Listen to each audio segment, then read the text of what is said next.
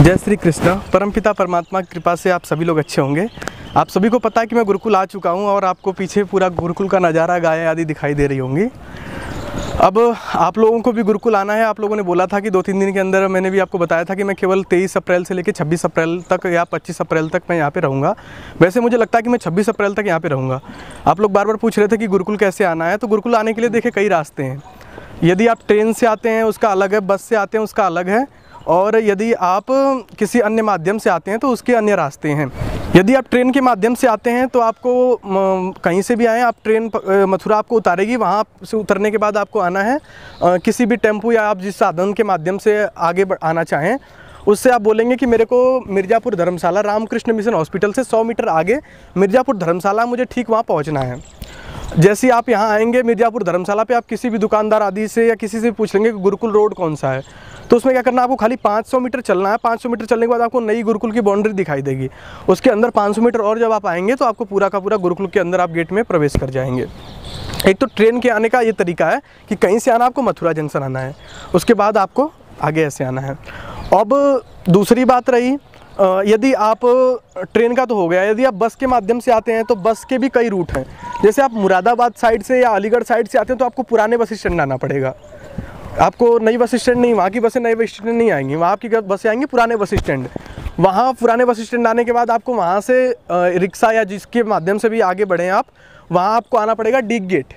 D gate से फिर आपको टेम्पो मिलेगा, वो मिलेगा आपको वृंदावन के लिए। वृंदावन में कहाँ उतरना है आपको, मिर्ज़ापुर धर्मशाला। मिर्ज़ापुर धर्मशाला उतरने के बाद रामकृष्ण मिशन हॉस्पिटल से 100 मीटर आगे है मिर्ज़ापुर धर्मशाला। यदि कोई ना जान पाए तो आप उसे कारे बाबू जो रामकृष्ण मिशन हॉस्पिटल है उससे बोल दीजिए कि मुझे 100 मीटर आगे उतार दीजिए।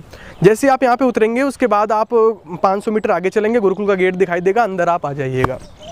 अंदर मैं मिलूँगा, आप किसी से भी बोल दीजिएगा मेरे से मिलना है, वो आपको अपने आप मेरे से मिला देंगे।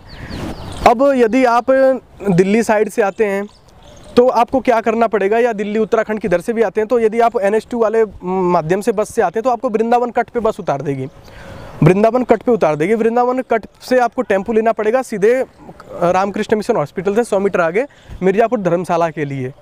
ठीक है, सारे लोग जानते हैं, वही आपको सीधे यहाँ उतार देंगे, वहाँ के माध्यम से आप गुरुकुल आ जाएंगे।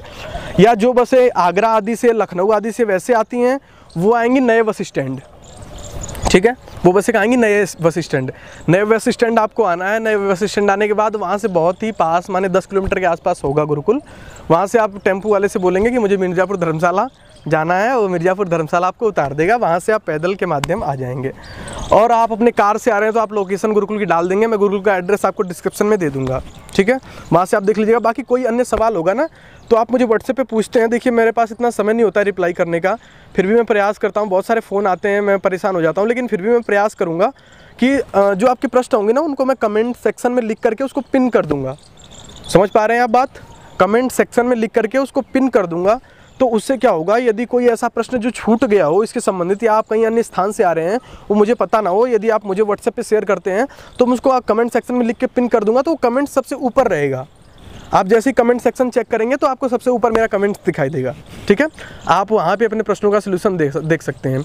बहुत मैसेज आ जाते हैं तो इसलिए थोड़ा आंसर्स करने में दिक्कत होती है। बाकी आप सभी लोग समझदार हैं, अति शीघ्रता कीजिए। मैं यदि मेरे सामने एडमिशन कराना है तो मैं केवल 2 से 3 दिन ही यहाँ रुकूँगा। आप सभी लोगों का हार्दिक धन्यवाद। नमस्ते।